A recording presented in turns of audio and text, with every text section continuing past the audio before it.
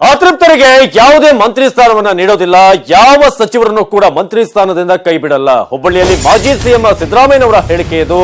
ಅತೃಪ್ತರಿಗೆ ಯಾವುದೇ ಮಂತ್ರಿ ಸ್ಥಾನವನ್ನ ನೀಡೋದಿಲ್ಲ, ಜೊತೆಗೆ ಹಾಲಿಯಾಗಿ ಯಾರ್ಯಾರು ಸಚಿವರಿದ್ದಾರೆ ಅದರಲ್ಲಿ ಯಾರನ್ನೂ ಕೂಡ ಕೈ ಬಿಡುವ ಪ್ರಶ್ನೆಯೇ ಇಲ್ಲ ಅಂತ ಹೇಳಿದ್ದಾರೆ ಮಾಜಿ ಸಿಎಂ ಸಿದ್ದರಾಮಯ್ಯ. ಆ ಮೂಲಕ ಈಗ ಅತೃಪ್ತರನ್ನ ಸಮಾಧಾನ ಮಾಡೋದಕ್ಕೆ ಒಂದಷ್ಟು ಸ್ಥಾನಮಾನಗಳು 4 ಜನರಿಗೆ ಸಚಿವ ಸ್ಥಾನ ನೀಡೋದು, ಆ ರೀತಿಯ ಅಂತ ಒಂದು ಚರ್ಚೆಗಳಿತ್ತು. ಆದ್ರೆ ಅದೆಲ್ಲದಕ್ಕೂ ಕೂಡ ಫುಲ್ ಸ್ಟಾಪ್ ಅನ್ನು ಹಾಕಿರೋದು. ಯಾವ ಅತೃಪ್ತ ಶಾಸಕರಿಗೂ ಕೂಡ ಯಾವುದೇ ಸ್ಥಾನಮಾನ ಇಲ್ಲ. ಆಪರೇಷನ್ ಕಮಲ ಹುಟ್ಟಿಕೊಂಡಿದ್ದೆ ಬಿಜೆಪಿಯಿಂದ ಅಂತ ಸಿದ್ದು ಅವರು ಹೇಳಿದ್ದಾರೆ.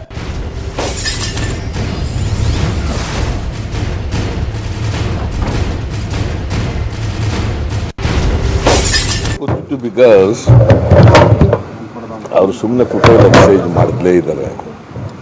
ಮನುಷ್ಯರಿಗೆ ರಾಜಕೀಯವಾಗಿ ಒಂದು ಬದ್ಧತೆ ಇಲ್ಲದೆ ಹೋದ್ರೆ ಹಿಂಗಾಗ್ಬೋದು.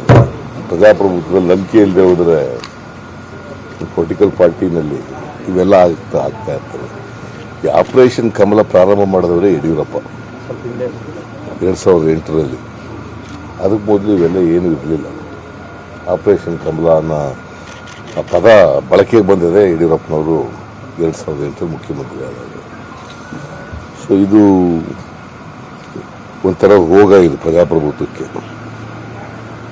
ಈ ರೋಗ ಹುಟ್ಟಾಕಕ್ಕೆ ಬಿಜೆಪಿಯವ್ರ ಕಾರಣ.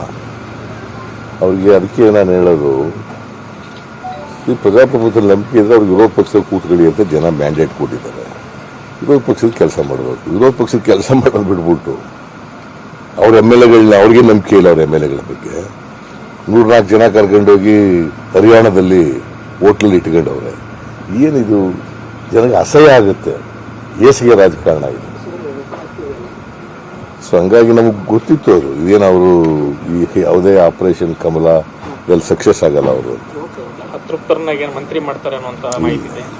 ನಾವೇನೋ ಯಾರಿಗೂ ಮಂತ್ರಿ ಮಾಡ್ತೀವಿ ಅಂತ ಆಗಲಿ, ಇನ್ನೇನೋ ಆಸೆ ಮಾಡ್ತೀವಿ ಅಂತೆಲ್ಲ ಯಾರಿಲ್ಲ. ಯಾರು ಅತೃಪ್ತರೇ ಇಲ್ಲ ನಮ್ಮಲ್ಲಿ. ತೋಳ ಕುರಿಮರಿ ಕತೆ ಇದೆಯಲ್ಲ, ಇವ್ರ MLAಗಳು ನಾನೇ ಕರ್ಕೊಂಡೋಗಲ್ಲ ಇಟ್ಕೊಳ್ಳಿ ಅಂತ ಹೇಳಿದ್ದ ಬಿಜೆಪಿ ಯಡಿಯೂರಪ್ಪನಿಗೆ.